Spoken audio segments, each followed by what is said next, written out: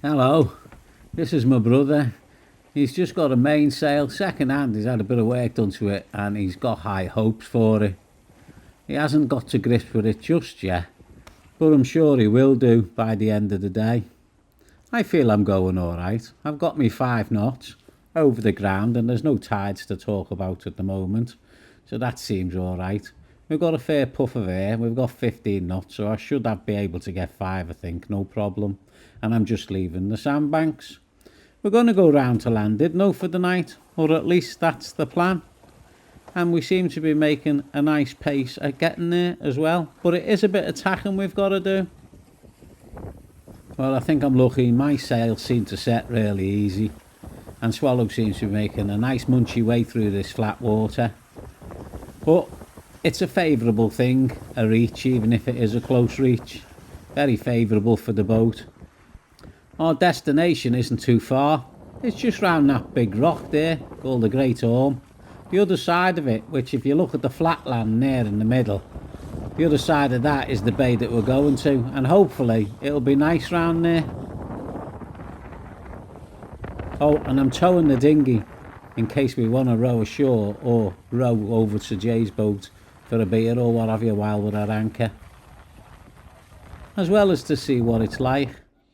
I'll give you the verdict on towing the dinghy in a bit. I'm doing a little hiding inside the boat, keeping an eye on things so that sun doesn't get to burn my nose. But that doesn't mean I don't go outside to enjoy it, even if it is just to get a bit of camera work. I think that wind's starting to get a little bit lighter, but we've still got decent progress. I should really tighten up on the wind so that I'm closer to the Orme for getting round it. But I'm going nicely now, so I don't want to. And Jay's all the way over there, so at the moment I'd have to wait for him. At the moment. Well, I'm about here, and I'm sort of heading northish, maybe not even northish, but what I should be doing is heading northeast. But that's sort of where the wind's coming from, over there. The actual bay we're going to is here, this bay, and it can be quite nice, but I don't know whether it's going to be. It depends whether it's got a slight on it or not. Just look at that sky, eh? Absolutely beautiful.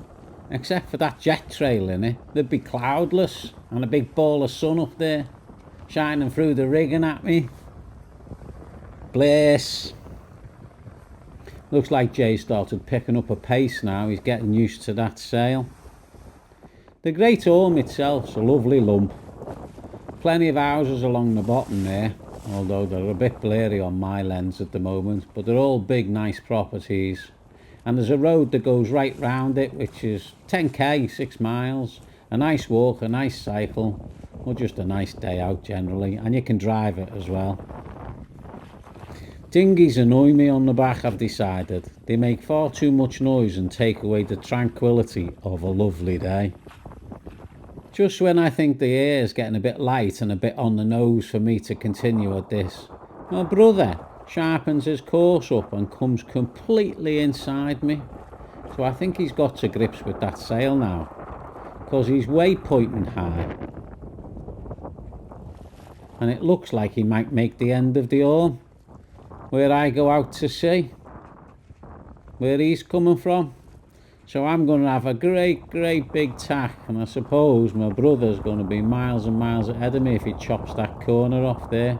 He looks like he's going directly into the wind to me. If I could do it, I'd be along there with him, cutting a fine line into the wind. But I think I've got more chance of doing what he's doing and getting the wind behind me or on my quarter and making good use of it that way. The Great Orme's starting to look a little massive in the background there, showing its might and its size. I think he's about to overtake me. He's zoomed in, by the way. In reality, he's all the way down there passing me. Well, I haven't a clue how he's doing it. That's far too close for me to actually sail 30 degrees apparent. It's taken a knot off me speed. It's taken all the excitement out of the sail, and she's definitely fallen out of her groove now, trying to pinch, trying to get anywhere near his line, but I just can't. I can't get anywhere near his line and I can't get anywhere near his speed. Swallow just wasn't made to do that go to windy thing. Half hour goes by and he seems to have ended up sort of ahead of me. He's still on my starboard just a little, but he's definitely ahead of me by about a mile, and I can't get near that wind, so I think he's having a bit of trouble with it. I'm almost stalling with it now. It's the speed's dropping down on the boat and the wind speed's dropping down. The angle's getting a bit tight for me and I'm thinking I'm almost dead in the water, but there's plenty of time in the day and I could end up going somewhere else if I wanted to, and at this rate it'll be completely opposite direction because I'm getting further away from the Great Orme. It looks like it's in the distance now, so I suppose at some point I best put a tack in and see where it takes me back to. There you go, I'm flying along about a knot, but that's a knot over the ground into a spring ebb, so I'm doing a bit more than a knot, probably about 3, maybe 4, but not fantastic, and I'm close on the wind, and my brother's about 3 miles ahead of me now because he tacked ages ago, where I took my time before I actually got ready to tack. And now I'm going in my tack. Sails are set, but I've not got enough wind to get a decent amount of power this close to the wind, so I'll just have to hang on to whatever I've got. This is what Windy had to say for the day. So the direction's been more or less right. It's veered a little bit, but then it's coming straight across the Great Orme, so that does chop and change it beforehand, but more or less correct in strength and direction. I think he might be saying hello. Well, this is the screen at the moment. Jay's 2 miles ahead of me, which is a massive distance, and I'm 3.5 miles from the Great Orme, where I was only a mile away from it when I passed it. So that's how much the tide took me and leeway took me with the light airs, or maybe lack of direction, to be able to get a decent tack in. But we're still making that knot over the ground, so we're still clawing it back bit by bit, although it's going to be a long haul at 1 knot over the ground to get past the Orme, although the tide will slow down and things will turn in our favour at some point. Looking backwards, that's Anglesey. That looks fairly close. That little lump was puffing, and there Conway Hills in the distance over there. So we don't seem to have got away from absolutely anything at all, and that lump there is still the Orme and it's still ahead of us, although our speed over the ground started coming up now because the tide started slowing down a little bit.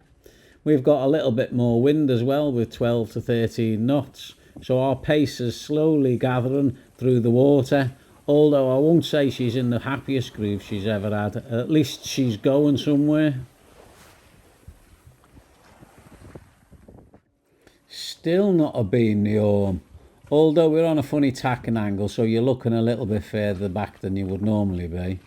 That dinghy's really starting to annoy me now, because just while the boat's being quiet through the water at the stern, the dinghy goes slop, slop, slop, slop. Definitely gaining a little bit on the Orme now though. Ain't it still a nice day? Just look at that skyline all the way down to a nice flat sea. Beautiful. The camera unfortunately is not picking up the slapping sound that's making. I think it's more to do with the fact that it's got more wind on the microphone than anything else when I play that. And if I zoom in on the Orme, it's starting to look like it might be getting close to a beam, which is good news. So while we keep punching along here, we'll be getting to our destination one way or another. Well, it looks like we're getting somewhere now. At the end of the Orme there, it's starting to eat Conway Mountains in the background, which means we're closing on the final part towards Llandudno Bay, which is good news, of course. And it looks definitely like it's on our beam now, and we've got angle we can lose if we want to, and that's Llandudno Bay over there in the mist.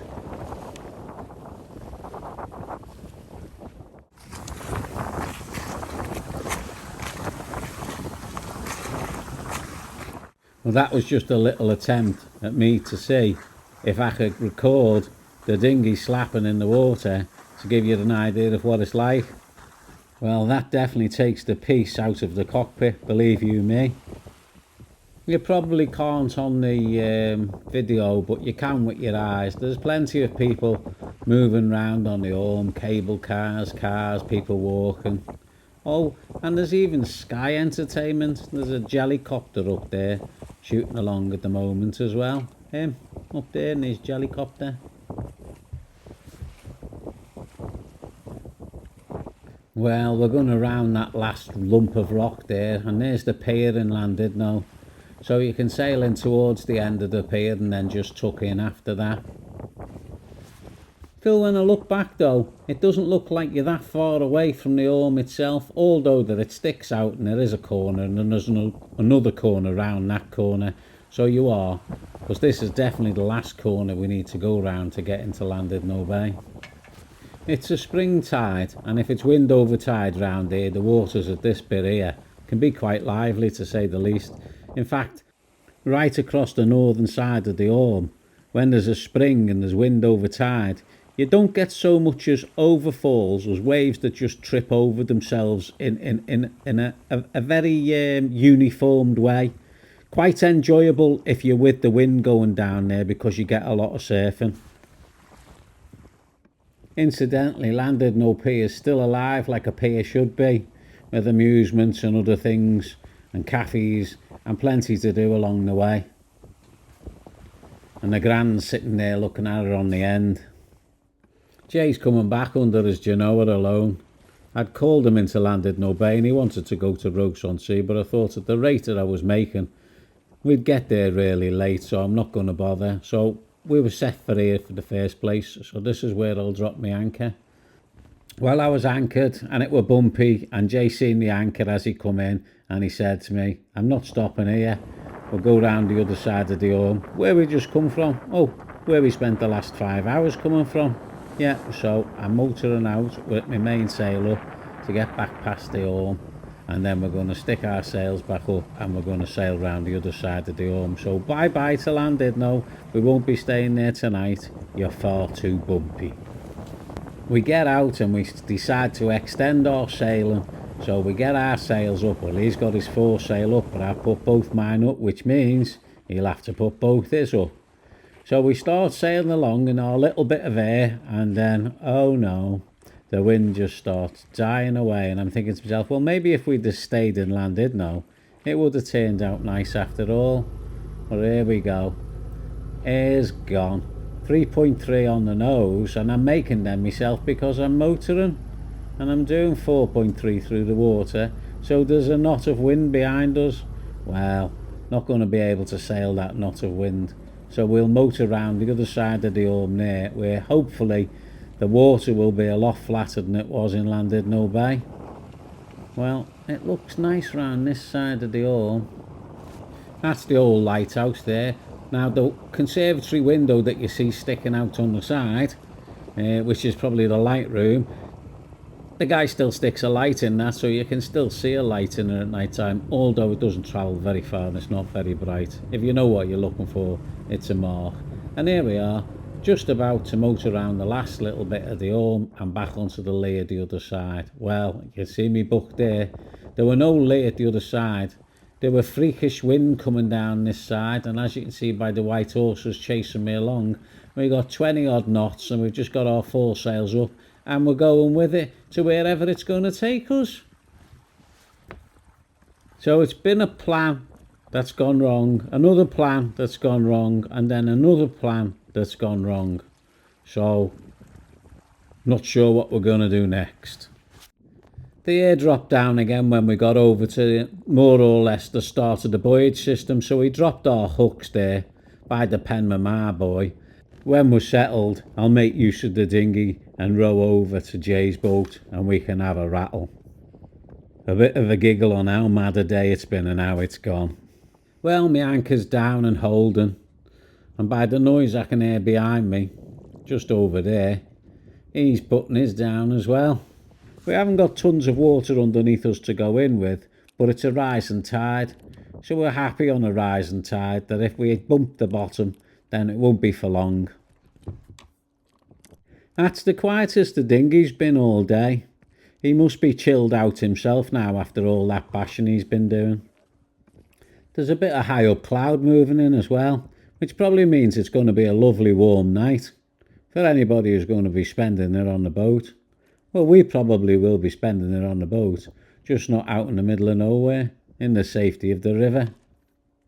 Right, he looks settled. I'll get the oars out and get the dinghy out and go over and have something to eat and drink with him. Finish the day off before we set off our way in there over all them sandbanks. Yeah, sandbanks, plenty of them. But they'll just start they'll just start disappearing under the surface in a bit, and that's when we'll start going in, when we know the tide's growing on top of them.